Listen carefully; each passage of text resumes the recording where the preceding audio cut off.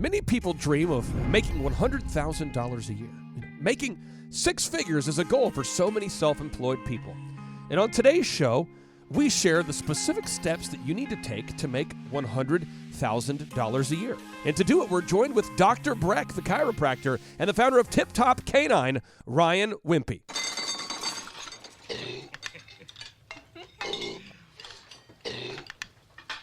Ed? Hey, Clark? What's wrong with the dog? Oh, he's just yakking on a bone. He got it up. Some shows don't need a celebrity narrator to introduce the show, but this show does. 2 men, 8 kids, co-created by 2 different women, 13 multi-million-dollar businesses. Ladies and gentlemen, welcome to the Thrive Time Show. Now, 3, 2, 1, here we go! Started from the bottom, now we here. We started from the bottom, and we'll show you how to get here. Started from the bottom, now we here. We started from the bottom, now we here. We started from the bottom, now we here. Yes, yes, yes, and yes. My name is Clay Clark, and you are listening to the Thrive Time Show on both your radio and podcast download. And on today's show, we are joined with some great folks, with some incredible people. Jason, we have Dr. Breck in the house. That's true, right next Just to a me. great American. Oh, yeah. Just a great chiropractor. Dr. Breck, DRBRECK.com. Dr. Breck, how you doing? I'm great, Clay. How are you doing? I'm fired up to see you. Did you have a good Saturday? I did, yeah. Always love a Saturday. Give us a highlight. What is one great I actually had a thing- massage on Saturday, which is Whoa. something I don't do very often, but it was great. Did you and Jason talk about the massage before, or did he just randomly give you a massage? or- It's just surprise massages. Was No, it a this- couples this was- massage? Or was well, no. No? So this In a is actually way. in my office, and so, yeah, I've got to make sure that my massage therapists are doing a great job, every once in a Did you while. fall Just check asleep? in. I didn't, no. You liked it, though? Yeah, it was really good. How It long? helped. It was an hour. An And hour? then my wife also got a massage. And Cool. So that was part of her Valentine's gift. Really? Mhm. Okay. And Ryan Wimpey here, the founder of TipTop K9. How's it Sir, going? How was your Saturday? My Saturday was busy. You were selling the heck out of dog training. I had You were 8 fired. appointments. You were We had working that lunch in thing. between, but they were all back to back to back to back, and lots of crazy dogs all over the place. Dude, one of my favorite activities in the world is sales. Yeah. And when you're selling, I get jealous. Because I watch it and he's working. Let me tell you what he does. He was for $1. Someone pays $1. They have a dog that desperately needs training of some kind. I've seen everything from like a White Fang to a Cujo to different dogs. Spuds McKenzie, all these different dogs show up. Right. Yeah. And then Ryan has about an hour to show his dog whispering, his dog training skill. You have like an hour to basically showcase what you could do for the dog. Yes. And usually people are so wowed and so blown away. I'd say pretty much every time that they go, I want to pay that. Oh, yeah. I'm going to work that dog until they are. We work them until they get a wow moment. So he's running around. I see Ryan running around the office, physically running. I see him sitting down doing different moves. He's all these things he's doing. I don't know what he's doing, but it's impressive. Right. And then it comes down to just can people afford it? I mean, Okay. almost every time people are like, "Oh, this is good." Now, Jason, years ago, there's a book I read. It was called The $100,000 Club, and I don't know why I haven't talked about that book on the air before, but it was a great book. So I was reading the book, and it was basically about, hey, if you want to make $100,000 a year, you just have to solve a certain number of problems for people, and then you can make $100,000. So I'm going to pick on Andrew, a member of our team. Andrew is right there. He's right now on the $100,000 club, which means as an employee, he's going to make $100,000 because he's part of the $100,000 club. But there's a certain mathematical equation that exists. It's you have to see a certain number of clients and help our clients in order to get to that number. And so Andrew knows the number. He wanted the number. He goes for the number. Breck, in your business, you probably are excited to be in the $100,000 club. Absolutely. But you probably know, how many patients you have to adjust. Talk about the economics of chiropractic care, because people, they want to become a chiropractor to make good money, but they often don't think about how many patients they have to see. Yeah, so I actually had a conversation about this with somebody 2 days ago who's looking to go to chiropractic school, wanted to ask a couple of questions. There's a definite economics to it all as far as how much your chiropractic adjustment cost, to deliver, but then also what does it cost the patient? And then you start doing the mathematics on, if you want to make $100,000 and your adjustment costs $50, and of that 50 you make 25, then you know exactly how many adjustments you have to deliver in order to make that. Is that about what you get to keep do you get to see about $25 per adjustment? Is that about what you get to keep? No, for me, it's at about 40. $40 is what you get to keep, roughly. Mm-hmm. And are you a franchise, or are you an individually? I'm individual for right now. Okay. And I want to make sure the listeners get this, because I'm about ready to ask Ryan a bunch of questions. Sure. And because TipTop K9 is a franchise, there are certain statements he cannot make. Sure. Because it's regulated by the federal government. So there's a document called a franchise disclosure document, which he and I would freely send you, but we just cannot make a claim about how much money you I can did make. bring my number page in case you ask me a question Well, that I and- can't answer. Yes. Yeah, one of the things that I remember, Jack Canfield, the author of the Chicken Soup for the Soul series of books, he actually came and spoke to my chiropractic college because he did write a Chicken Soup for the Chiropractic Soul. Really? So if you guys are looking for some great reading, it's out there We somewhere. have a previous episode where you break down every single title under the chicken soup. Do you really? It was great. But he basically said he was looking for that $1 million idea, and it wasn't coming to him, And he was like in a, grocery store or something, and he sees like a little dime novel, and he realizes, I don't have to sell, one idea for $1 million. I need to sell like, a $10 idea 100,000 times. There it is. And it's like, all of a sudden the dynamics shifted and changed, and he's doing very well, I'm sure. Jack. By the way, Jack Canfield has sold more books than any other author in the self-help genre ever. Is that right? And he has surpassed now Napoleon Hill. Wow. So, Jason, I want you to look up real quick how many books Jack Canfield has sold. And here's the rule. I'm not going to stop reading off titles until you tell me how many books he's sold. So, Chicken Soup for the Soul, My Cat's Life. Chicken Soup for the Teenage Soul, Stories of Love and Messages from Heaven and Other Miracles. Chicken Soup for the Soul. Chicken Soup for the Soul, I Can't Believe My Dog Did That. Chicken Soup for the Soul, The Forgiveness Fix. Chicken Soup for the Soul. Chicken Soup for the Soul, The Dog Did What? See, I have the number, but I want to keep hearing Chicken Soup for the Soul, A Book of Miracles. Chicken Soup for the Soul. Oh, man. Chicken Soup for the Soul, the original Chicken Soup for the Soul. All your favorite original stories plus 20 bonus stories over the next 20 years. Chicken Soup for the... Chicken Soup for... This is a 6th bowl of Chicken Soup for the Soul. Chicken Soup, think positive. I mean, there's so many. Chicken Soup, a book for Christmas miracles. Chicken Soup for the Teenage Soul Part 2.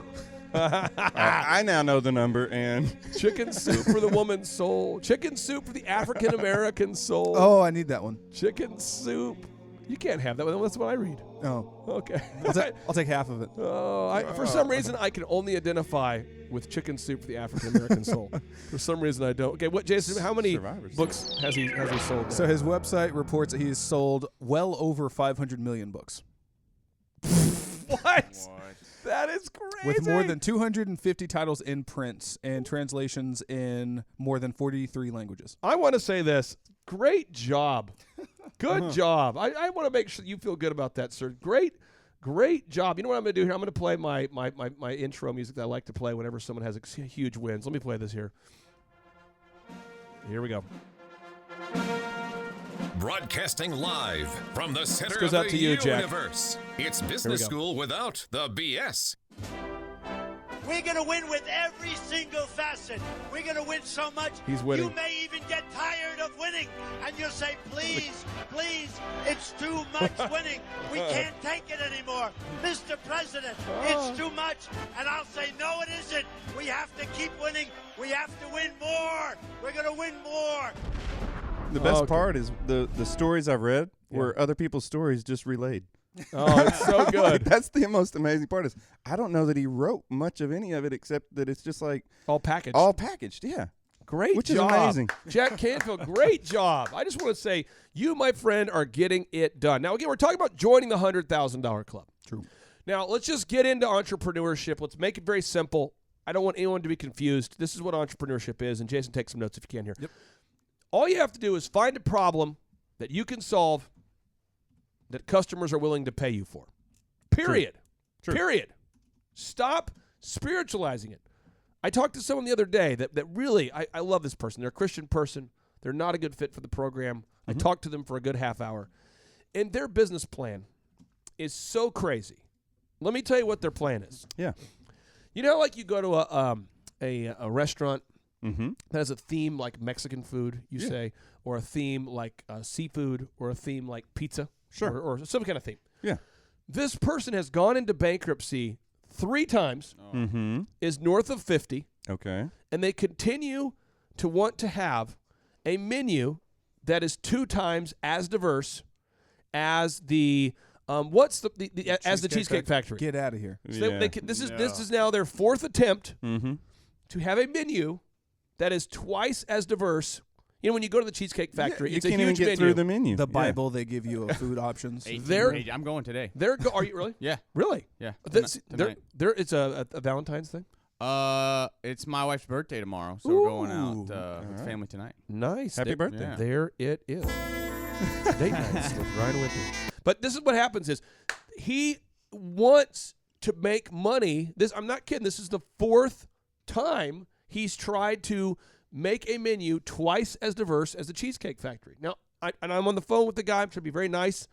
And I've said, hey, I care about you. Mm-hmm. And it sounds as though you could make really good pizza. You could also make really good seafood. Mm-hmm. You can make great hamburgers. My understanding is you're telling me that people love the food. He goes, yeah. And this guy got some great Google reviews too. Right. And he goes, yeah. I said, so why do you insist on making a menu twice as diverse as the Cheesecake Factory? And he's like, it has to happen. And I'm going, no, seriously, this is a problem. I said, and Jason, you come from a culinary background. Mm-hmm. What's the problem with managing food costs when you have literally hundreds of different options? Which I talked about him yesterday, but Chef Jay, the guy who used to cook for like the Grateful Dead, dude's a rock star. Yes. When we were going through our costing class, he had us put together mock menus, and he's like, don't make it too diverse because you have to be able to control that cost. And so somebody said, well, how does Cheesecake Factory do it? And he said, I never want to hear that name in my building again, because if you try that model, you will fail. They have done it, and they have proven to do it, but nobody other than them can do it. Well, so let's don't talk try. about the Cheesecake Factory. First off, step 1, build about a $2 million building. True. That thing's like the Taj Mahal. Yep. That In thing the busiest place in every city. Right, and it attracts a huge crowd 'cause it's in Right. front of the busiest place. It's in front of the mall. Okay, but again, you've got to find a problem that you can solve that customers will pay you for. Step 2, you have to be able, once you nail it, you have to be able to scale it. If you cannot teach it to somebody else, it is not a business, it is an art. So that is why so many people have gotten infinitely frustrated with me about this. I've had probably 100 people or so I've talked to. They say, I want to build a podcast. And I go, okay, it's an art. And they say, what do you mean it's an art? I'm like, well, I mean, look at this book. Look at this book. Look at look at the Trump book here. Look at all the freaking tabs in this book. Right. Step 1, read the hell out of every book and really take notes and really get into the marrow of it. I don't know that anyone else, I don't know.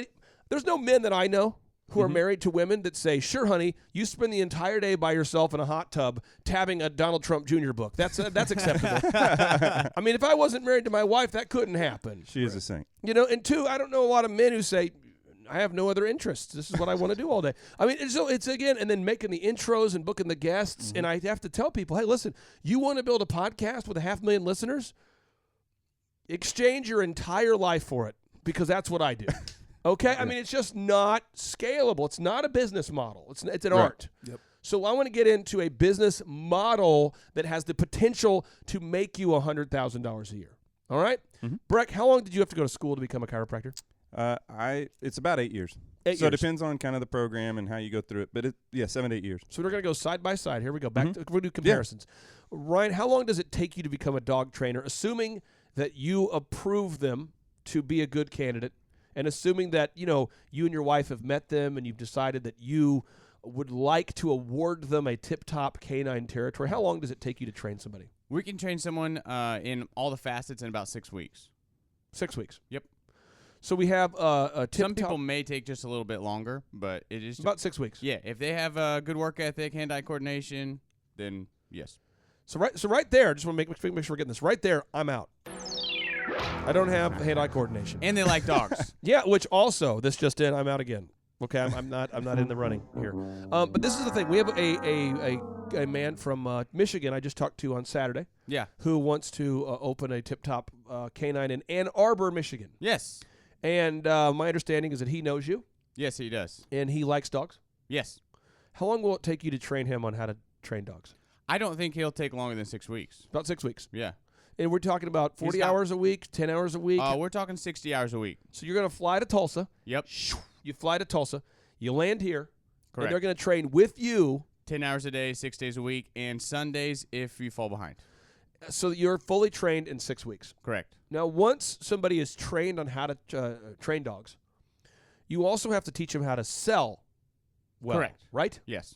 Okay. So step 3 on this path to making $100,000, you got to learn how to sell well. In ours, we took all the art out of it. There's a few things that are a little finessey, but everything is scripted. So our packages are scripted, how we train the dog, how we do our sales. Yep. Every single part of it is all manualized. I don't know if that's a word or not. I'll go with it. I like it. Okay. It's all in a manual. It's all stepped out, and it's working about 95 to 98% of the time, and you're going to know when you work that dog within 10 to 15 minutes. Wait, you said 95 to 98%?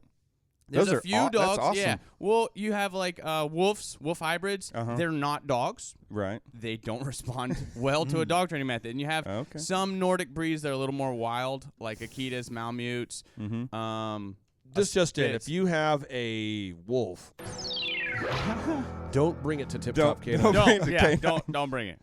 If you have a velociraptor, also don't bring that to. We might try. What is a prehistoric animal that's still roaming the earth right now? Do we have a couple of those? Turtles. Crocodiles. Yeah, don't bring that. Yeah, please. So they just train dogs, okay? Dogs, yes. All right. But again, there's a mortgage guy in Southlake, Texas. He used to sell mortgages. Correct. And you've taught Adam how to train dogs. Yes. He's actually a husband-wife team, both of them. So Adam and Kat, you taught both of them how to train dogs. I think Kat does most of the dog training ongoing. Correct. So you taught those two. There's a joke there. You've taught a former customer, Adam, with TipTop Owasso. Correct. How to train dogs. Yep. You've taught a wonderful lady who loves dogs up in Boise, Idaho, how to train dogs. Yes. You have taught, who's the other gentleman there in Utah? You've taught how to train dogs. Josh. Josh. Yeah, he was doing more door-to-door sales. Okay, and by the way, if you guys want to crack open that door, I'm so sorry it's warm in here. He's crushing it. He's crushing it. He is crushing it. So anybody out there, you can learn how to train dogs if you like dogs, love dogs. If you're into dogs. Jason, do you like dogs, love dogs? I do. I've got 2 dogs. You do love dogs? Yeah. Okay, so you would be pre-qualified to train dogs. I'm in. Sign me up. Okay. But then you'd have to sit down with Ryan and Rachel and make sure it's a good fit, all right? But then at this point, you're going to have to learn how to do 6 weeks of dog training. Right. And then you have to learn sales. So even if you are great at training dogs and you can't sell, you're going to lose. Oh, yeah. Breck, you've met chiropractors that can't sell. Yes. Do they teach sales at chiropractic school? No. So what kind of things did you have to get over? What kind of emotional hurdles did you have to get over? Did you have or intellectual hurdles did you have to get over in order to learn how to become a best-selling chiropractor? Well, I was definitely one of those chiropractors who could not sell. I'm not a natural salesperson. And so, I had to overcome people-pleasing and rejection and all kinds of things to be able to sell. Jason, why is there such an aversion? Like when someone comes to work at Elephant in the Room, we're a membership-based men's grooming establishment. We have to get guys to buy memberships in order to – it's like prepaying for your next haircut is what it is. And so it allows us to provide consistent hours for the stylists because we're never slow or busy. We're always booked out. Yeah. Why is there that initial pushback from every person every single time when we try to teach them how to do sales? Well, if they're coming from a previous job, there are a lot of places that don't teach sales. But as human beings, a lot of people are just afraid of getting rejected, so they just don't try. So, again, think about this. In 6 weeks, Ryan is going to teach you things that – Breck, how many years – because you went to school for 8 years to become a chiropractor. Well, for me, it was about 7. 7 years. Yeah. But then how many years of running a business did it take you before you could sell well?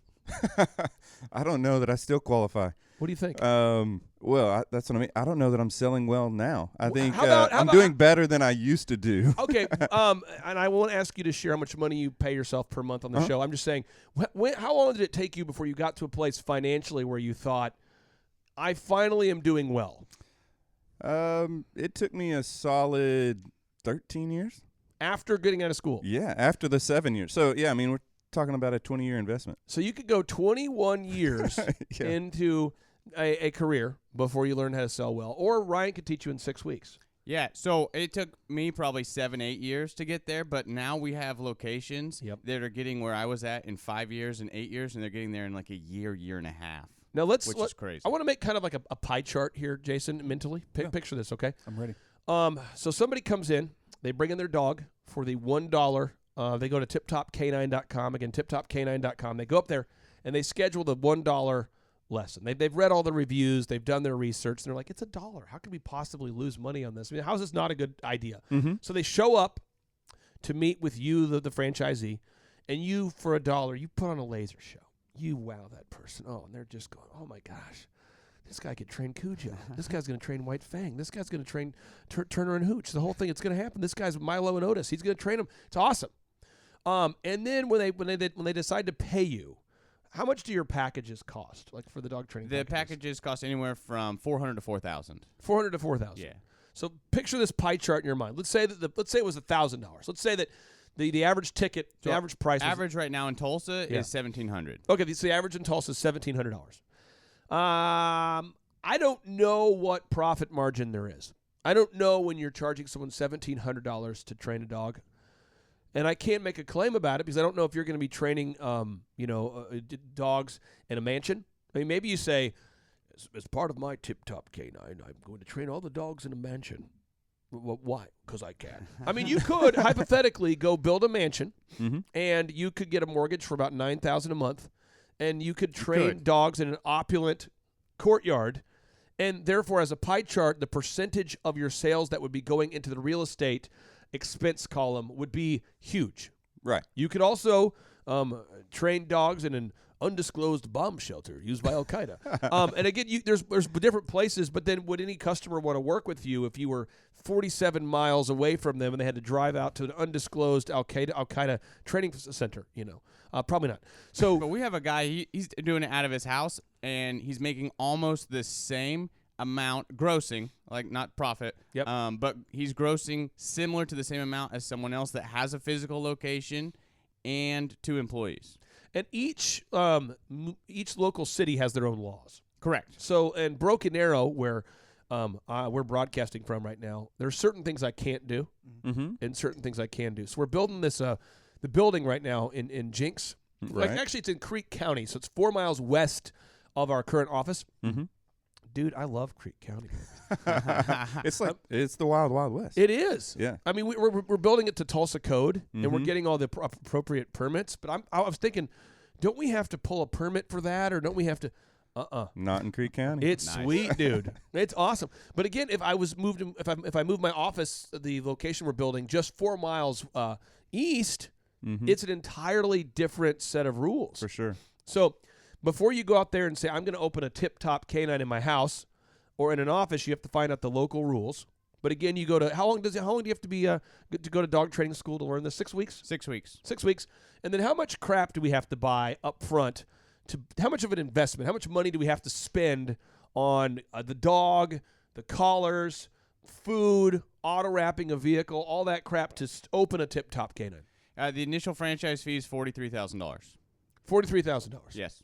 And that includes all your gear, your wrap, training, initial grand opening advertising, SEO. It includes everything literally shipped to your house, includes your training here, everything. What I want to do, if we can here, Jason, is I want to put you to the test, you and Dr. Breck. This is for a chance for you guys to win mega points. All right. Ooh. You ready? How much money does it cost to attend the University of Tulsa? For a year right now. Now, this is the tuition for... And Jason, don't look that up. No. Hey, what are you doing? This is a contest. I'm on the nose. I thought you were having me research. I know what you're doing over there. I'm asking you, how much money do you think it costs to go to the University of Tulsa for 1 year? As of let's go 2020. I'm gonna say a state school is probably like 20. I don't know, 25. TU's private. It's got to be more. So don't try to work. Don't try to work together on this. Oh, I thought we were trying. No. I thought we were in a partnership. No, listen. See, I'm not alone. Okay. Somebody's going to win this, and someone's going to lose this thing. Okay, so you get a mega point, or you get booed. Let me cue up the sound effects so you know what you're going to face here. I've heard that before. Okay, so how much money do you think it costs per year, Breck, to go? I'm going to guess 45,000. 45,000. Jason, what do you think? $45,001. Both of you lose. Oh. All of the mega points. Is it more? It's $42,723 per year to go to TU. But they give you everything to start your career, right? Like all the gear you'll need. In fact, that's the one not thing exactly. they don't teach. Oh. They give you that sweet TU wrap, though. Oh, But you do get a foil embossed piece of paper at the end. Real foil? I think not gold leaf, but there's a nice stamp on it. And it's really one thing that's kind of cool because of all the, basically the 4-year party that is college. Mm-hmm. You might also get a complimentary STD. Oh, thank you. Yeah, that's something a lot of people are getting these days. It's a beautiful thing. Okay, so let's continue. I've got this rash and this diploma. Okay, so again, for $42,000, you could attend Tulsa University. Now, I would ask the question again, Ryan, how much does it cost to buy a TipTop K9 location? It's $43,000. Dr. Breck, you had a hot take. Well, I know someone who went to said college, and they got a degree in I think it was musical theater. How's that working? Well, I'm not sure they've made back their initial investment yet. No. Oh man! Now, if you go to Oral Roberts University, right now it's only going to cost you $30,000, according to what I'm finding right now. At $30,000, I think it's more than that though. But I'm finding right now 30. Oh no, or this is on the ORU website. They said right now the total estimated direct cost is $39,580. That sounds probably more for 1 year. What? How's that possible? I'll tell you how it's possible. Because these administrators make a lot of money. These teachers, it's a deal where everything costs a lot. You got to have a gold-plated shower. You got to have a. I don't know how they do it, but they found a way to make it that expensive. Right. So we go back to TipTop K9. I'm just trying to tee up this idea. So if I want to join the $100,000 club today, I'm saying I listen to this show every week. I listen every day. I don't know why. I'm stuck on it. I can't get off it. I've tried to listen to other shows, but I've drawn to it. I come back. And I just want to make $100,000 a year. That's all I want to do. I want to make $100,000 a year, and I like dogs. I can't stop watching Turner and Hooch. I watch it every night. I love dogs. You got 6 weeks of training. Again, how much does it cost to? It's $43,000. And let's share what numbers can you share with us? Share with us the gross sales for some of the locations in their first year, the ones that you're allowed to share, that are documented in the franchise disclosure document that is regulated by the Federal Trade Commission. Absolutely, and this is just first year numbers. So startup Southlake, Texas, in May 2019. This is their 1, 2, 3, 10, 11, 12. So they're after 1 year. Their 12th month in business, they did $48,847 of revenue. Yes. Okay. Now, we'll give us another location. $48,000 of revenue. So the Owasso, Oklahoma, they did same thing. That was $31,865. Gilbert, Arizona, did $27,263. Yes. Let's see. The Twin Falls. Idaho did $20,319. Let's see, West Jordan, $19,575, and this is after 1, 2, 3, 4, 5, 6. This is after 9 months. 9 months, $19,575. So that's awesome. That was the guy I said who was crushing it. Now the thing is that's by himself. About these numbers here. One of the things that it kind of irritated me about TipTop K9 when I first heard about the business model and started working with Ryan and Rachel. Is it took me with the DJ business a long time to ever generate $50,000 a month of sales. Like years. There's so many dogs out there, man. And they're doing this in like so many dogs. And they're doing this in 9 months. Yeah. Breck, how long did it take you to get to where you were doing $40,000 a month of revenue? Was it years? Years. Oh, yeah, decades. Yeah, it took me, it wasn't until I was finally kind of making some money, so about, 13, 14 years. So let's say that you're out there today and you're contemplating buying a TipTop K9 franchise. A couple of disclaimers here. You can't buy one for your kid. Ryan, why can't you buy a Tip Top for your kid? Because somebody out there is going, this is a great idea. I just finished paying for college for my kid. They still live on my couch. I want them to become a dog trainer. It is a lot of hard work. And so whoever's running it, they need to be sold out to it. And that's one of the reasons why we go 60 hours a week for 6 weeks, is because we want people that are workers. Because it's not just an easy, I work 6 hours a day. You're going to have to hustle. You can make really good money, but it is a business. So why can't someone be an absent owner? Why can't somebody be someone who buys the business and for somebody else? They invest in it and then someone else runs it for them? Because we're dealing with living creatures, so all the responsibility needs to be on whoever's running it. So Got it. The owner. Okay. So now, Dr. Breck, let us begin interrogating Ryan. Jason, let us begin interrogating him. Then we have Nathan with complete carp. We're going to interrogate him here. So, I'll start off here. Okay. If I were to buy a franchise, and I can't because I don't like dogs, but if I did, and I was approved and I was trained, I was bona fide, I've been to 6 weeks of training, what does my day look like? Like Monday. What does Monday look like for me, Ryan, if I'm a dog trainer? Well, Monday, you're going to have a team meeting, and you're going to have a coaching call. Okay. Right? So you're going to meet with your business coach. Yep. Right? So all the locations, they have a business coach. And then if they have a team, Monday is going to be their team meeting day. And then after that, they're going to be working their boot camp dogs. So they're going to start at like 7 a.m. pottying dogs. Pottying dogs, feeding dogs. Pottying dogs? Yes. You saying partying dogs? No, not partying. What does potty mean? So they're going to let the dogs out of their kennels. They're going to take them outside. They're going to make sure they use the restroom. Then they're going to start to feed, water, bathe, whatever the dogs need, take them on a walk. So they're going to care for the dog. Because we do in-home lessons or lessons at a location where we do one-on-ones with the client, but we also boot camp the dogs and take them. So is that like a group training? No, the boot camp, they stay with us, and we work 2, 3, 4 hours a day, every day, or whatever they can take. But one-on-one or like 4 or 5 dogs at a time? Yeah, 4 or 5 dogs at a time. Okay. And how much sales did Southlake generate? You sell their 9th month? You said it was $40-something thousand? That was their 12th month, $48,000. Yeah. Okay, $48,000 of gross sales during their 12th month. Yep. Okay, well, Breck, what questions would you have for Ryan? 'Cause we're going through the week, a life, right. a kind of a week in the life of a TipTop K9 franchise owner. Yeah, so, I mean, how much of it happens like on location for individual owners versus, having a facility or doing it in your own home? Yeah, it's a good question. So the private lessons, sometimes some people have a facility and they do them at the facility, but most of them, we go out to the client's home where everything's happening, and we do them out there. And then the boot camps we actually take to either a home, depending on the location of it, or a facility, and we train them there. And it's a pretty good split. It's a half and half thing. So half or 60% of the people do the in-home privates, and then the other 40-30%, they vary a little bit, but it's similar to those numbers for most locations. We're doing the boot camp and taking their dog. Okay.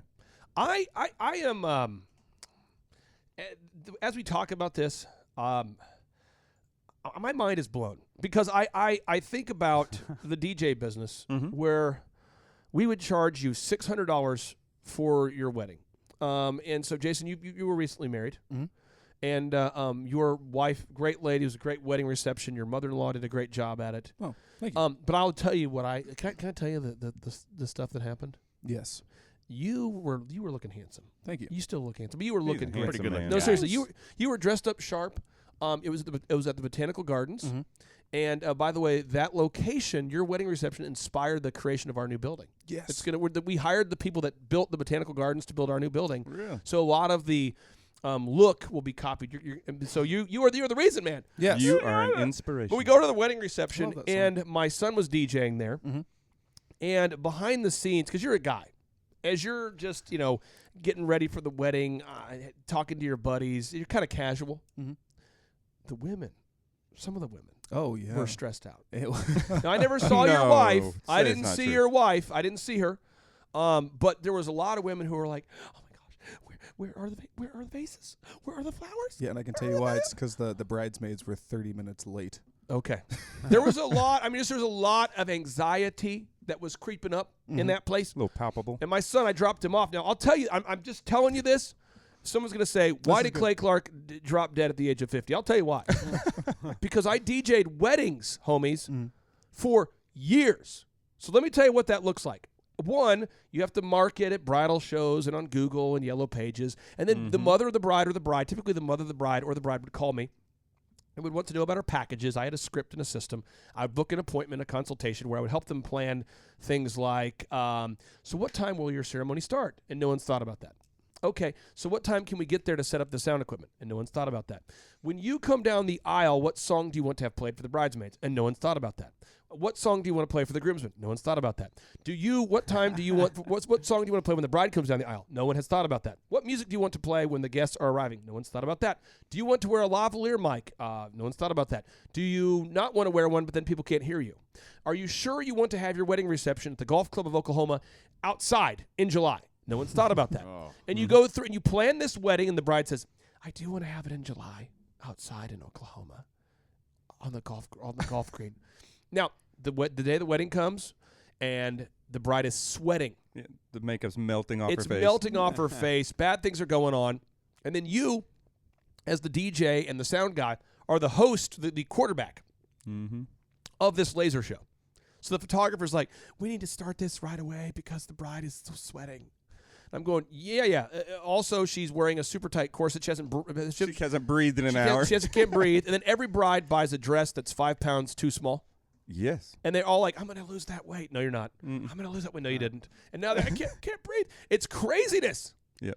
And this was my life. And there's 80 of them every weekend. 80. And it's only taken 25 years of planning to, for this one moment. So no pressure. And I'm thinking the whole time, like, I hope I don't screw it up. But not only am I having that thought, I've got 80 dudes DJing, and they're all calling me, boop, boop, boop, boop, boop. And I answer the phone. My phone number used to be 918-519-4846. I hated that phone. I'd answer that phone. This is Clay. What's up?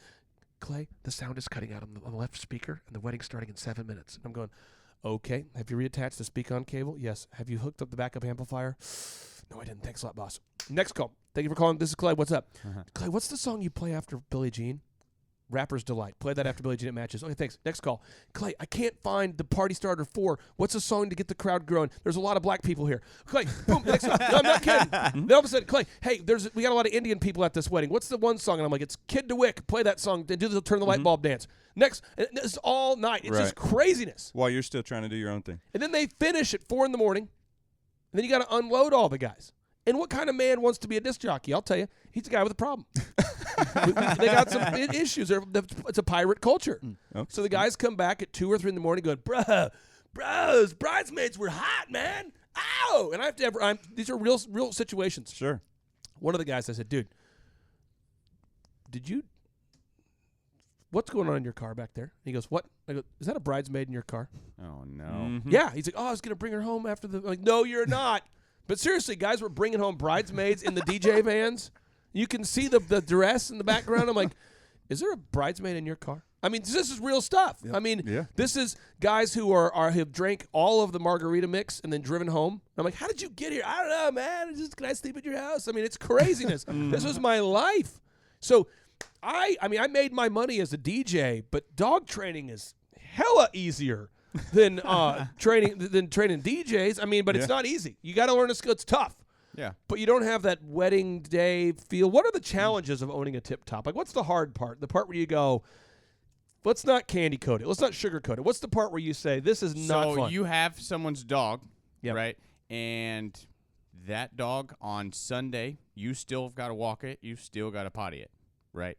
So where Dr. Breck, he doesn't necessarily have to work the weekends. As a dog trainer, you're going to have to work some weekends until you build your staff up. That's just, it's going to be 7 days, So that can be rough, right? Now, obviously, you get to choose what you sell in your mix.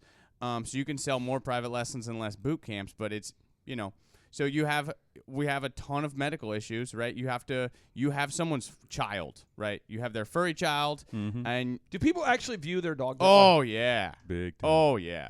They do?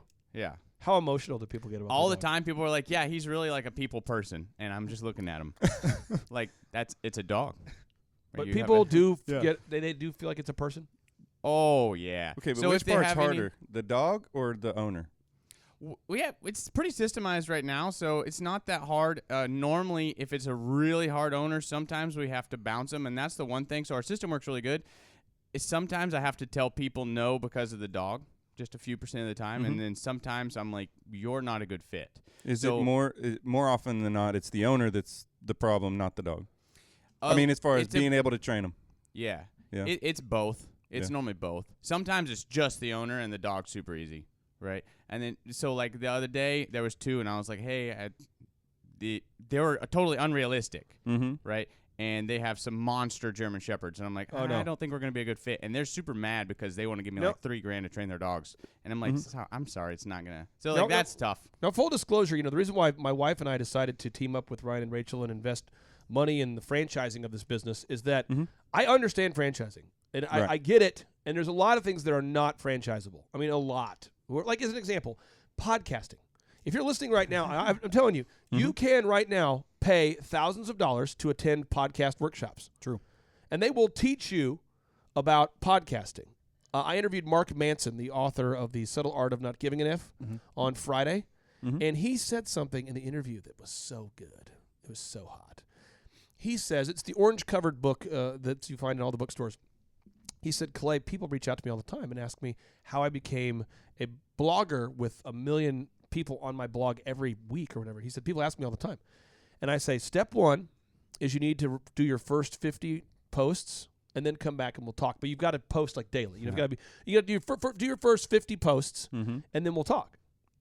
And he said only one person has ever come back. This is a guy who's sold over 11 million copies. 11. Just so you guys get this, John Maxwell in his entire career has sold 20 million books. Wow. And he's been doing this for 40 years. Yeah. Mark Manson has only been on the scene for like just under a decade, and Homeboy has sold 11 million copies. That's wild. Yeah. And he has spoken to huge groups all over the world. And people come up to him and say, hey, I want to do what you do. I want to become a blogger that has 1.5 million views every month. I want to be a celebrity blogger. And he says, okay, well, I will teach you the moves. I will personally carve out time in my schedule to help you. But I just need you to write the first 50 posts. And one time, it's happened. So, again, I'm saying this because blogging, I don't know how scalable that is. If you reached out to me and said, I want to build a podcast business, I would tell you, I could teach you the technical skills. But, Jason, after I teach the technical skills, what's the problem? Doing the podcast every day. Yeah, that's the hard part. So now let's talk about the Tip Top. And this is so cool. When you buy the business, you also get the accountability, which in my mind pushes past the insurmountability of being on your own island. So let me explain this to you. You have to, it's in the franchise disclosure document, you have to advertise every week. Correct. Right? So you can't just buy it and then not launch ads. No, you have to. You have to. So the leads are going to start coming. But you want to. But you want to. A lot of people want to buy a franchise and not advertise. But you have to, right? Yes. But some people want to buy a business and not advertise. Jason, how many people have you worked with that are now doing well, though? But think about clients that you've worked with who own a business that don't want to advertise. Oh, there have been so many. But then now, once they finally have the ads on and they've been running for a while, they realize, because like before, like, oh, no one's going to my site. Well, no one's going to your site because there's nothing pointing them to your site. So TipTop K9, it's in the agreement. You have to advertise. Correct. How much money per week, roughly? Is it $400 a week or something like that? It's $1,500 a month is the minimum. You have to spend $1,500 a month on advertising, Google, Facebook, that kind of thing. So the leads start coming in. So if you're out there, do a Google search right now for Tulsa Dog Training. Do a search for Tulsa Dog Training. If you live in the Tulsa area and you do a search for Tulsa Dog Training, I don't know about you, but most people, according to Forbes, 90% of people read reviews before they hire a company. 90% of people. So TipTop K9 has 710 reviews. Your nearest competition has 80. All right? Yeah. So now if you type in Southlake Dog Training, you've got TipTop K9 with 281 reviews coming up top there. So again, you talk about this, the phone's going to ring. When the phone rings, who answers that phone, Ryan? Our call center. We have a scheduling center. So the dog trainer, like you answered your own phone as a DJ, our dog trainers do not do that. I'm so jealous of the system. That's why I told Vanessa, I'm like, this is the business that can scale. So someone else answers your phone. Correct. And then someone books an appointment for you. Yes. So now all you have to do is show up. Yes. And wow that person. Correct. And use the systems. Yeah, you just have to use the system, wow the person, and you should sell over half of them if we just follow the the path. You know who I used to call, Jason, when I was in a bind doing the DJ business? Who? Jesus. Yeah. Direct line. Wow. No, I'm telling you, this The is what I red would. phone. This is real stuff. This is what I would do. Mm-hmm. I'd be in the van and I go, Jesus, I have 80 guys out DJing right now, 2 of which can't get their sound systems on. And if you could do something right now, that would be helpful. Because right now, I feel like I'm ruining people's weddings. If there's any way, and a lot of times, this is what I would hear. And I never actually heard an audible response. Mm-hmm. And I wanted to hear, all right, my son who's chosen to be a pirate for your profession, this is what you do. You plug in the amplifier, and there's no tech support. Right. When you own a Tip Top, there's tech support. Right. When you're stuck, you can call your coach about business systems. Yes. And who can you call when you have dog-related questions? Yeah, you just call the office, and they'll make sure one of our head trainers calls you back. Mind-boggling. Now, again, full disclosure, I want you to know this. If you're out there listening, I am going to make 2% of whatever you make if you buy a TipTop K9. So if you're doing 100, let's just say that you did 48,000 of sales last month. If you bought a TipTop and you did 48,000 of sales, I'm going to make $960. Okay, I'm going to make that's what I make. So if you do that 12 months a year, I'm going to make $11,520. Okay, so that's what I make. Now, what you're going to make, we can't disclose that because how you manage your budget is entirely different than how I manage my budget. So, like for this podcast, I personally produce the show myself. Mm-hmm. But Breck, I'm sure you've seen this. I mean, I'm sure you've seen people that they could do it themselves, but instead they want a big staff. Absolutely. That's actually one of the biggest problems with startup chiropractic clinics is they want to look big before they are big. And, they get a nice big location, great signage, all new equipment, big staff, and then nobody to treat. And Jason, we could have a huge entourage of people that could sit there and form committees with me and say, this is how the intro should be. Mm-hmm. This is how the intro shouldn't be. And I just want all the listeners to know, when I produce the show, I personally do all the voices, all the music. I decide what sound clips go in, what sound clips come out. Yep. I've never seen anybody else touch the editing other than like when it freezes and you're like, hey, fix this. Yeah. But I do it because it's my art. Right. This is your baby. But this is your passion. But it could be an expensive thing. Mm-hmm. So, again, we get into the questions. Jason, assume, let's say for a second, that you were that you owned a Tip Top, or you were thinking about buying a Tip Top K9. Yeah. What other questions would you like to ask for Ryan about a day in the life of a Tip Top K9 dog trainer, or a week in the life of a Tip Top being a Tip Top K9 franchise? Yes, when it comes to people like running into problems as far as being a franchise owner, would you say the biggest problem between, I guess, the two I'm going to give you is they're not great with training the dogs, or they're not good with selling what Tip Top has to offer? I would say the biggest one is not the selling. So even our people that came here and then when we worked sales with them, they were doing pretty bad. Once they got like 20 or 40 of them under their belt, even the people that I thought like, I hope they're going to do good, they're all selling above most of all of our locations are selling above 60%. Oh, wow. Yeah. So even the people that had zero sales experience, they're still doing good once they get confidence in the system. Yeah. I don't think we have a lot of dog training. The bigger issue that I see is the entrepreneur almost like shiny ball syndrome, or they want to start customizing and doing other stuff. What do you mean by the shiny ball? I understand that, but some people don't. Yeah, they were like, you know what? I have an idea. And I'm like, no. Just this system works really good. I had a lot of ideas and did a lot of dumb things for a long time, and we really refined everything. So if you will follow the path, it will work really, really good. And then once you're solid in a few years and you have some ideas or you want to optimize it, then that's when. But you need to just make sure you own this system like 100% and you're not doing anything else. Because a lot of the dog training is more like art. Right. So like a lot of the top competition trainers right now, they train dogs by themselves. You, Jason, you heard anything. this, but we talked to a person yesterday. Mm-hmm. It was a sad situation. But they were wanting to do something in their business that wasn't needed at all, just to have something to do. Oh, yeah. And they said, do you recommend that I do this to my website? And I said, no, you won't actually, it won't increase your sales at all, and it will make you perpetually busy. But, when you start a blog on your site, you have to tend to that garden. Once you sow the seeds of a garden, you've got to pull the weeds, Right. So if you're going to write a blog, you got to update the blog, And I'm telling this person, hey, I know you want to do this, but this won't make you money. And the question was, well, I just want to do something. Yeah. Oh no. And your response was, well, there's like a hard number we need to figure out in order to save your business. Yeah. You could spend all the time making this new thing, finding that number. And they were like, And I had this conversation a lot. So again, if you're out there and you buy a TipTop K9 and your goal is to get financial freedom and time freedom, if that's your goal, okay, and you get there, the worst thing you could possibly do is come up with a new thing that doesn't need to be done just to be creative. So if you're looking for a creative outlet, that is not owning a TipTop K9. No. Well, or any franchise for that matter, right? Right. So if I mean, because that's the whole goal of having a franchise is Right. you don't have to create the wheel. It's created for you. You just got to follow the steps. it would be a lot like if you bought the music. I just bought my daughter the sheet music for Taylor Swift's new music. Mm-hmm.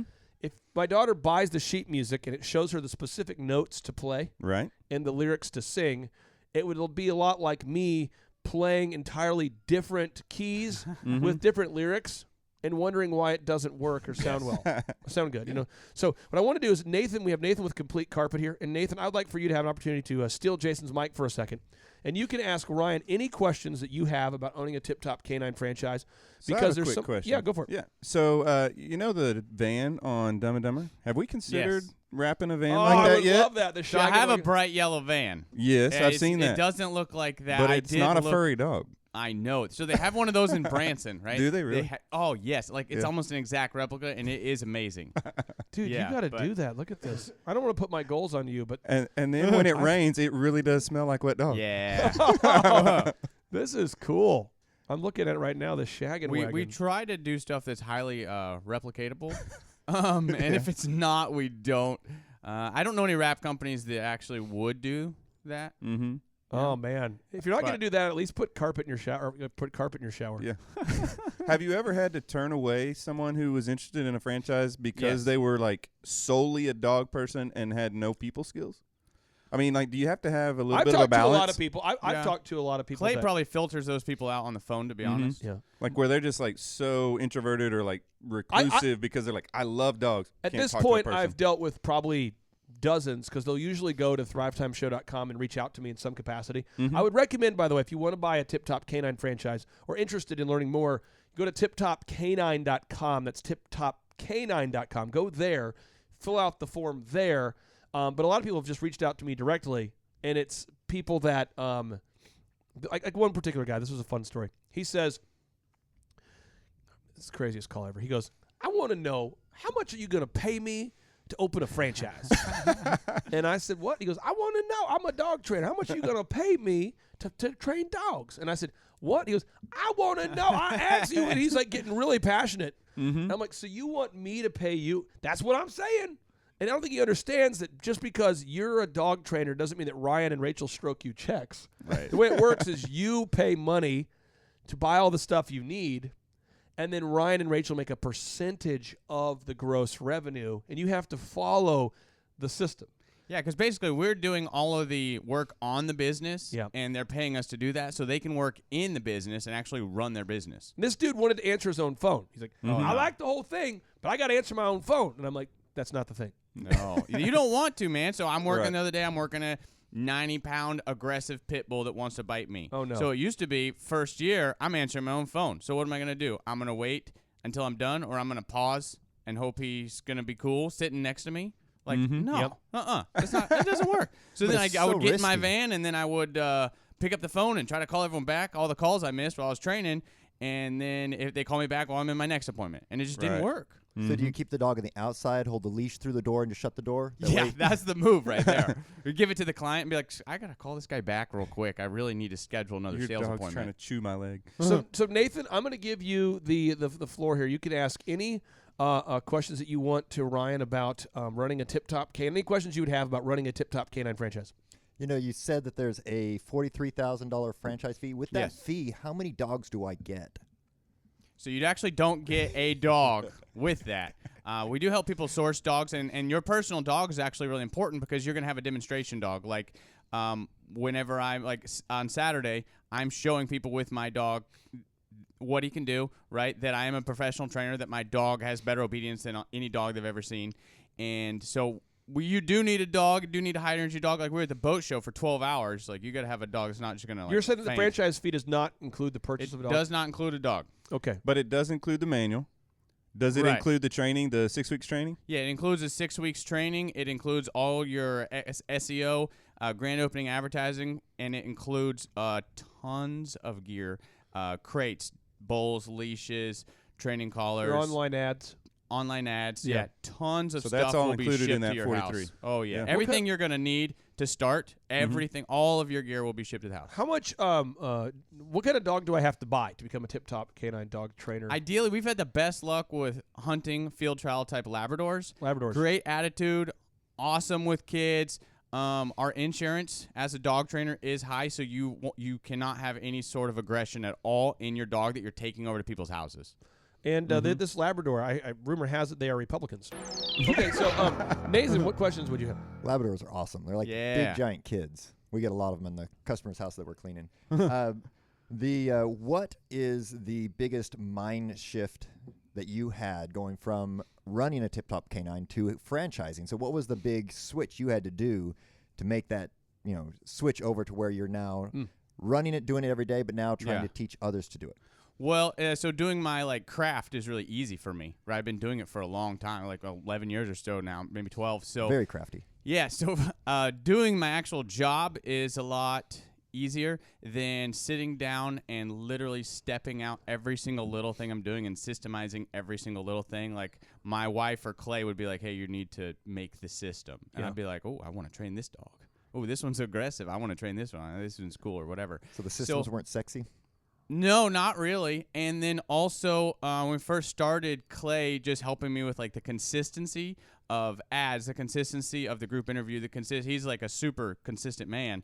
So just being consistent in every single little thing and systemizing every single little thing, even if it was boring, that was probably the hardest part. And I want to help the listeners out there. I want someone to get this idea, and maybe this is a reverse commercial as to why you probably wouldn't like me. But here we go. When you think about your friends, think about the people you like to be around, okay? They're usually people that you share the same values with them. Check. And you share time with them. But usually the most fun people to hang out with kind of bring a certain element of fun or randomness, kind of a playfulness to it. You know what I mean? So if you think about who you want to hang out with, it's like, they have the same values as me. Right. I enjoy spending time with them, but they're like fun. It's like you think about who you want to hang out with. They say, well, I would want to go skiing with them, or hey, man, it doesn't matter what you're doing with that person.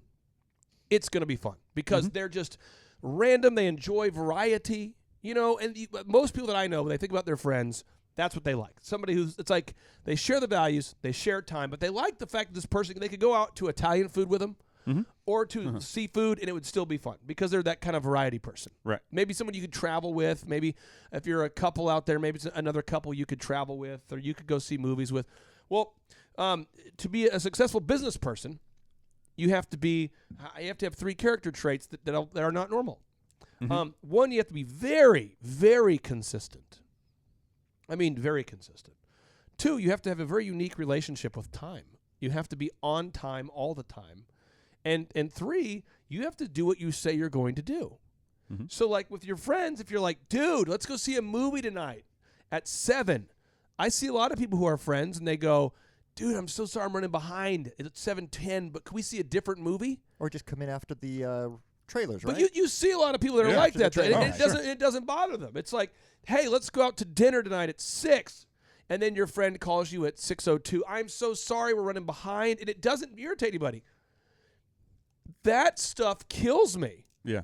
And so for me, I'm naturally like a robot, very boop, boop, boop, boop, very consistent, where I just enjoy the same time, the same schedule, the same stuff.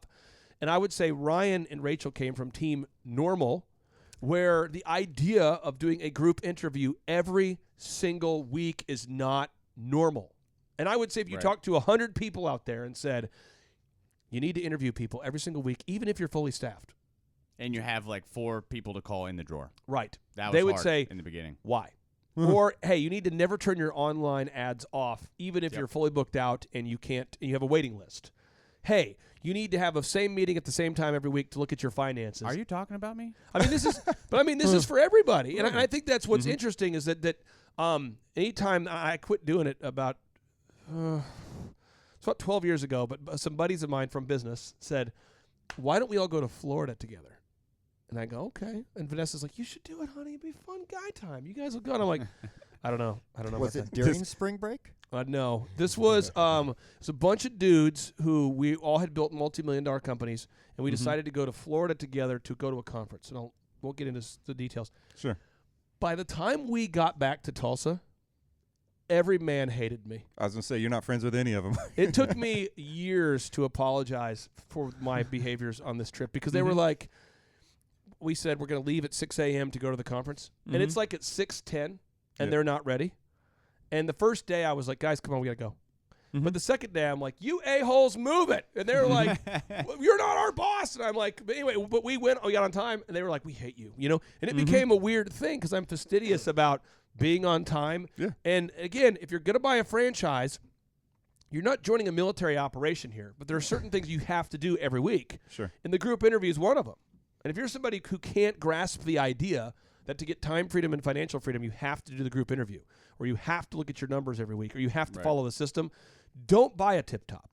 It's going to be a bad thing for you because your coach's job is to hold you accountable, keep you on the path. They're like the guardrails to keep you from going off the road. Nathan, what other questions do you have for Ryan? Yes, you said that some of the customers treat their dogs as if they're their own children. And I actually have seen, I think you've got a little one on the way, don't you? Yes, so we have a 2-year-old right now, and then my wife's pregnant right now. So with this new knowledge, is there going to be a TipTop baby?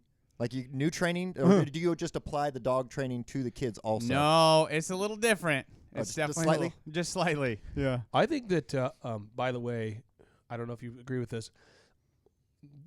There's a science to raising kids, and there's a science to training dogs. And that was one of the things that I learned the most from you guys. Yeah. Was like there is actually a proven path. Right.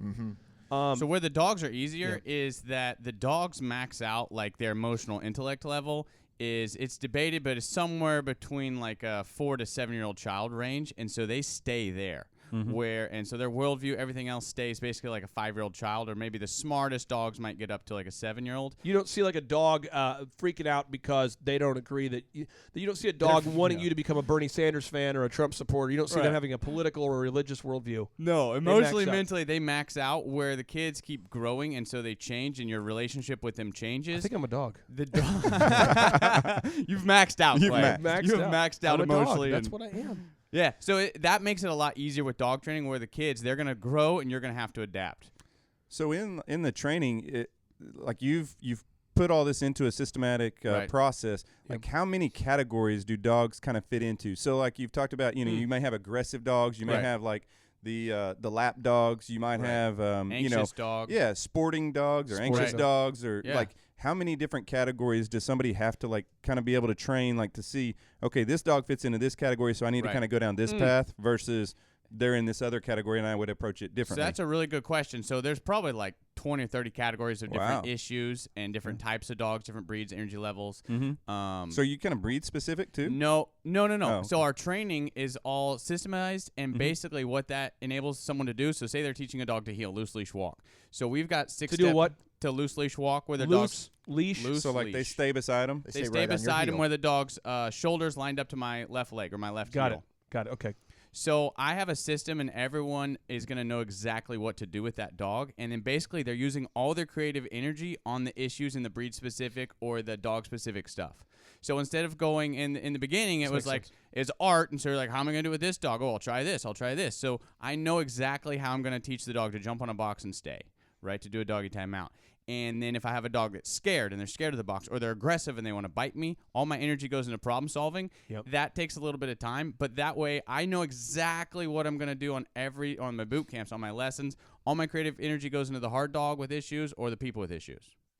So I want to buy a TipTop K9. What are, after I've gotten trained, I'm totally up and going, what are my first 1 to 5 hires? What are the things that I'm going to be looking for so I can expand to, like you said, Sundays, you'll just have to work all week until you've got the hires. What are those hires that you're going to be looking for? Good question. So the first hire is going to be a trainer, right? So you're training dogs. You're like, hey, I'm working 50 hours plus. I'm going to bring on a trainer, and I'm going to start training them on the dogs that I have. And do you recommend they find somebody and then train someone how to train dogs, or someone who already knows how to train dogs? We've not had good success with the people that already know how to train dogs. Yeah. So find a good They don't person follow and the teach system. them they how don't to want to train. follow the system because they've almost everyone's art, and that's why their business stays. Most dog trainers have themselves and one or two helpers, and they even if they're world class, that's where they. I hear you max out. saying hire for character and then train the skill. Correct. So we're hiring for character. We're training for skill. Yep. So first one, I'm maxed out on my time, on my hours, and I'm going to start training someone on the system. There it and is. then I'm going to start to move that person as they do better and better. I'm going to start to move them into private lessons once they're able to train the dogs quickly. I'm going to still stay on sales. And then my second person, I'm going to bring them in and start training them on the boot camps too. Right?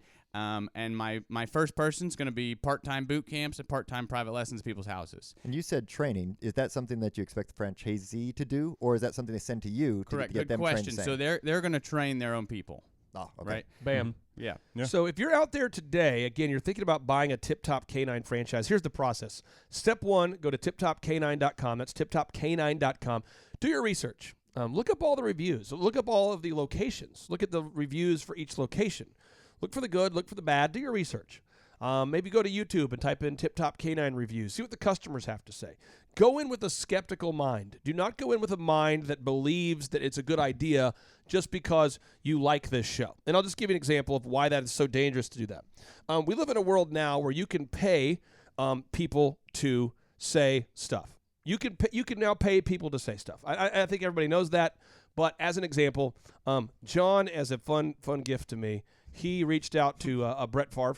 Mm-hmm. And asked Mr. Brett Favre if Brett Favre would say some encouraging words to me. So I'm going to hit play. You can watch this video. This is Brett Favre. Here we go, Brett Favre. Hey, Clay Clark. It's your favorite gunslinger, Brett Favre. Oh, yeah. Just reminding you are a great American. Thank you, Brett. I mean great. Oh, thank you. So keep slinging those Hail Marys. God bless. There he is. And for those at home who can't see on this audio-only podcast, this is actually a video you can see of him. It's not just like, is driving that a a truck. voice impersonator? No, that's not a voice impersonator. That was Brett Favre. But I'm saying is you can pay people. I mean, again, John and has if he's listening to the show, he probably knows that he's not your favorite gunslinger. I will, yeah. That's the part that gets me. Well, let me say this real quick. Favre, Breck, I had a inappropriate relationship with the Brett Favre character in my life. Yes. When because I just love the fact he never ever was sick. Mm-hmm. He never missed a game for injury. Like I mean, because that's me. So he is your favorite retired gunslinger. And he was the guy. I just love the fact that he would never miss a game, and I also love the fact that he had the most interceptions and the most touchdown passes. And so he was like me before systems. Yeah. So Brett Favre was like an ode to my former self. Gotcha. So he personified this idea of like, so when I built the DJ business at first, I had no systems. I never would miss work, but I had no systems, and I would just sling. I was just like a gunslinger, and I would. Some shows were good, some were bad, some were great, some were terrible. But That I'm was not a touchdown. That was an interception. I'm not going to use a system. No way. Not using a system. Every show's good. Some shows are bad, and so when I changed to become a systems guy, part of me had to die. Oh. But Did you it was the feel Brett that part. the bad ones were from you, or did you? I think a lot of guys do this. That the bad ones was, it was just the audience. The next one will be good because they didn't get me. I bought into that lie, just like dog trainers could do the same thing. I bought into the lie that it was a bad audience for about 3 or 4 years, and I started watching more interviews with Steve Martin, where he was explaining that there is no bad audiences, there are just bad comedians. I started reading more about Jerry Seinfeld. I started reading more about Jim Gaffigan. I started reading more about these people like Spielberg, who said, listen, if you make a good movie, it'll move everybody. There's not a bad crowd, it's a bad movie. And I'm just going, oh, man, I got to. So long story short, Brett Favre, when he retired, I was like, no. And then he said, I might come back. And I was like, watching every night. I'm like, is he back? Is he coming back? And he would go out to Hattiesburg, and he was throwing footballs to high school players because he might come back. Mm-hmm. And then when he went and signed with the Vikings, Vanessa bought me tickets to go see him. So I was like on the 47 or 46 yard line, like row 10. Mm-hmm. I watched him throw versus the Cardinals. Yep. And his coach at the time was Freddie Childress. Mm-hmm. And I got the entire Metrodome to cheer Fire Freddie. For Fire Childress. Fire Childress. Because it was like he was on the verge of getting fired. Right. And so my buddy Joe and I, we'd had way too many adult beverages. We're like, fire children. So we got the whole metro, like 80,000 people. That happened. But we were really close to the sideline, and I got a chance to see Brett. And it was hilarious, dude. Some of the stuff, like the stuff he would say, because you could hear him. Like, it was awesome, though. But, yeah, I'm just saying, we live in a world, though, where you can pay people to say stuff. Absolutely. And you shouldn't want to buy a Tip Top because you like the show. Right. You should look at it for its merits and say, I don't want to buy a Tip Top because of the money up front, because of the requirements to what I have to learn.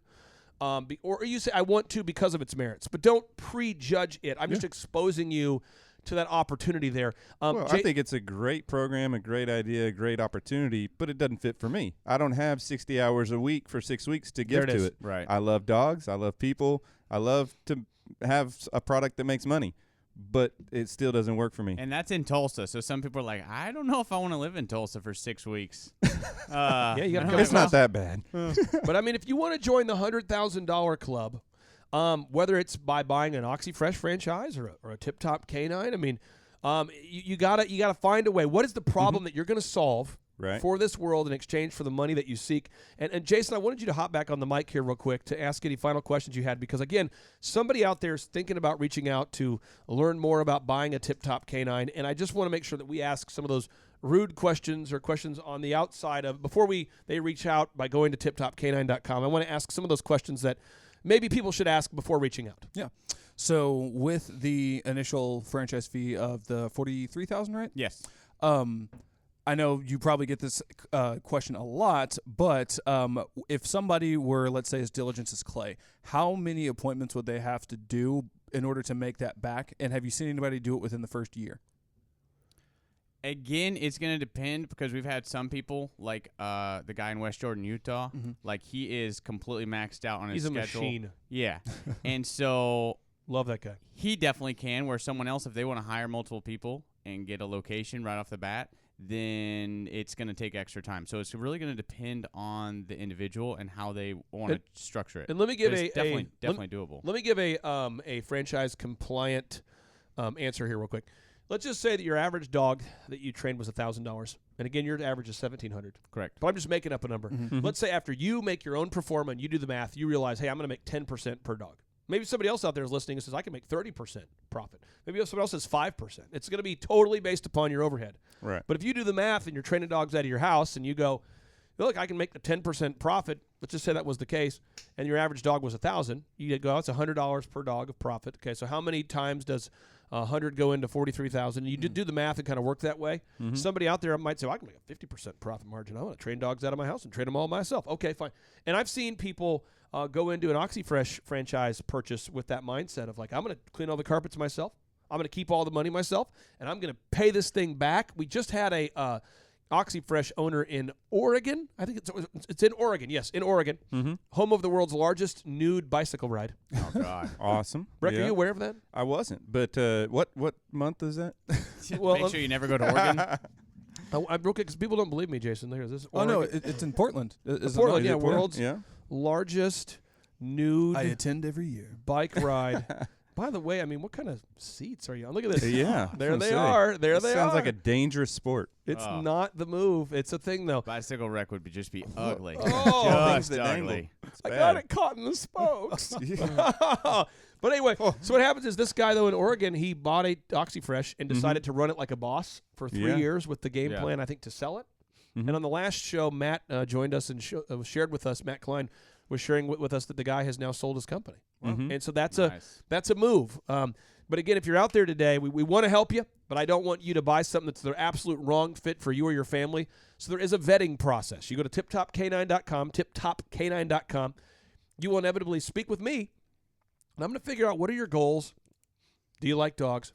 What's your vision? What do you want to do with your life? Then we would schedule a discovery day for you to actually come to Tulsa, Oklahoma, and to meet with Ryan and Rachel. And they would figure out, are you a good fit? You would ask if you're a good fit. You're going to see Ryan and Rachel train dogs. You're going to meet their head trainers. It's hands-on. It's not theoretical. They're going to actually train dogs with us. Right. You're going to see Ryan actually work with real customers. It's not a classroom setting. Right. Then after you go through that, if they decide to award you a location, then you have to sign a franchise disclosure document. And you have to have that document in your hands for 15 days before you're allowed to even sign that thing. So don't think this is like I heard the show today, sign up tomorrow. This is about a several-month process. The fastest you could move forward would be about 30 days because you're going to do that initial phone call, receive the franchise disclosure document, fly out. There's a vetting process. And we have to have time scheduled because we can only train a few at a time. That is the move. And I would say also you want to check to see if your territory is open, if your location is available. Because right now in Oklahoma, we're pretty much almost booked out. Yes. And so let's end the show with a boomer. You guys, Brett, you have one final question. Yeah. So as far as if somebody wants to do this and their territory is open, I mean, is this something where they could take a business plan to a bank and finance? They just don't have the $43,000 or $50,000 to kind of get started.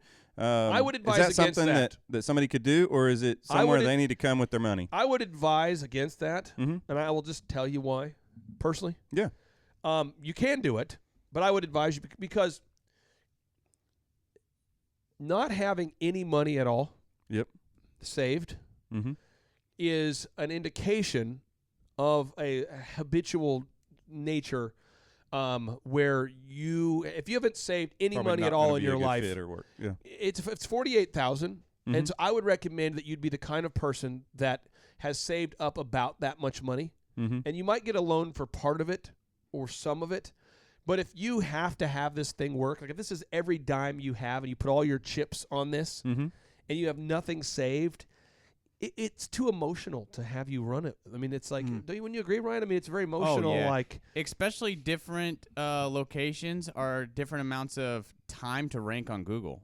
True. Right? Yeah. So that means our lead flow is different in the first 3 to 6 months, and we can't like guarantee exactly how they're going to start up. So if they're at 0 on the very beginning, and they have to weather a storm, like one of our locations in Michigan, they're rocking it right off, right? Well, the guy in Utah, he had a pretty slow start right off the bat. And we don't have any idea why Michigan started off so well. They're doing the exact same plan, but right away in Michigan, leads are coming in. Yeah. It's like the market was hungry for a tip top. Yeah. Where in other markets, there might be stiffer competition. Yeah. And I just never want someone to become a pressure cooker entrepreneur as a result of me. Yeah. So maybe you save up money for a couple years and then reach out.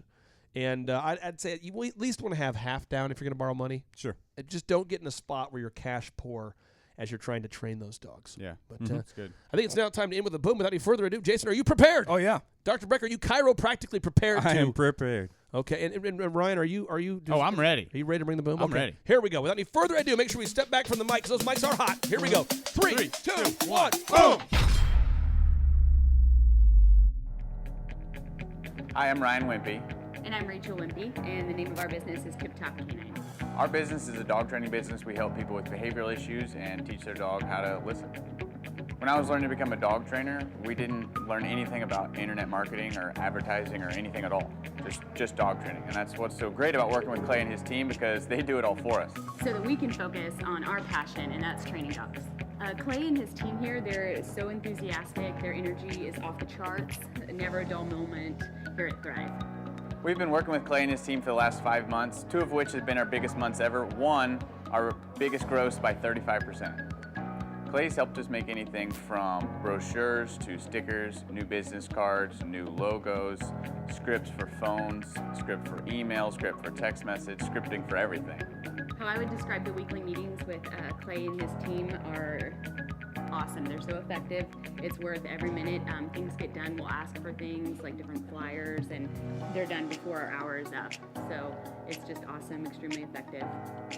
If you don't use Clay and his team, you're probably going to be pulling your hair out, or you're going to spend half of your time trying to figure out the online marketing game and producing your own flyers and marketing materials, print materials, all the stuff like that. You're really losing a lot as far as lost productivity and lost time, not having a professional do it that has a real sense of urgency and that actually knows what they're doing when you already have something that's your core focus that you already know how to do. You would also be missing out with all the time and financial freedom that you would have working with Clay and his team. We would recommend Clay and his team to other business owners because they need to be working on their business, not just trying to figure out the online game, which is complex and changing daily. So no one has a marketing team too. Most people don't. They can't afford one, and their local web guy or a local person that they know probably can't do everything that a whole team and a whole floor of people can do in hours and not just weeks or months. There's a definite sense of urgency with Clay and his team. I used to have to ride other web people, really ride them to get stuff done, and stuff is done so fast here. And there's a real sense of urgency to get it done. It's great. I'm Rachel with TipTop K9, and we just want to give a huge thank you to Clay and Vanessa Clark. Hey guys, I'm Ryan with TipTop K9. Just want to say a big thank you to Thrive 15. Thank you to Make Your Life Epic. We love you guys, we appreciate you, and really just appreciate how far you've taken us. This is our old house, right? This is where we used to live a few years ago. This is our old neighborhood. See? It's nice, right? So this is my old van and our old school marketing, and this is our old team. And by team, I mean it's me and another guy. This is our new house with our new neighborhood. This is our new van with our new marketing, and this is our new team. We went from 4 to 14, and I took this beautiful photo. We worked with several different business coaches in the past, and they were all about helping Ryan sell better and just teaching sales, which is awesome, but Ryan is a really great salesman. So we didn't need that. We needed somebody to help us get everything that was in his head out into systems, into manuals and scripts, and actually build a team. So now that we have systems in place, we've gone from 1 to 10 locations in only a year. In October 2016, we grossed 13 grand for the whole month. Right now it's 2018, the month of October. It's only the 22nd. We've already grossed a little over 50 grand for the whole month, and we still have time to go. We're just thankful for you, thankful for Thrive and your mentorship, and we're really thankful that you guys have helped us to grow a business that we run now instead of the business running us. Just thank you times 1,000. So we really just want to thank you, Clay, and thank you, Vanessa, for everything you've done, everything you've helped us with. We love you guys.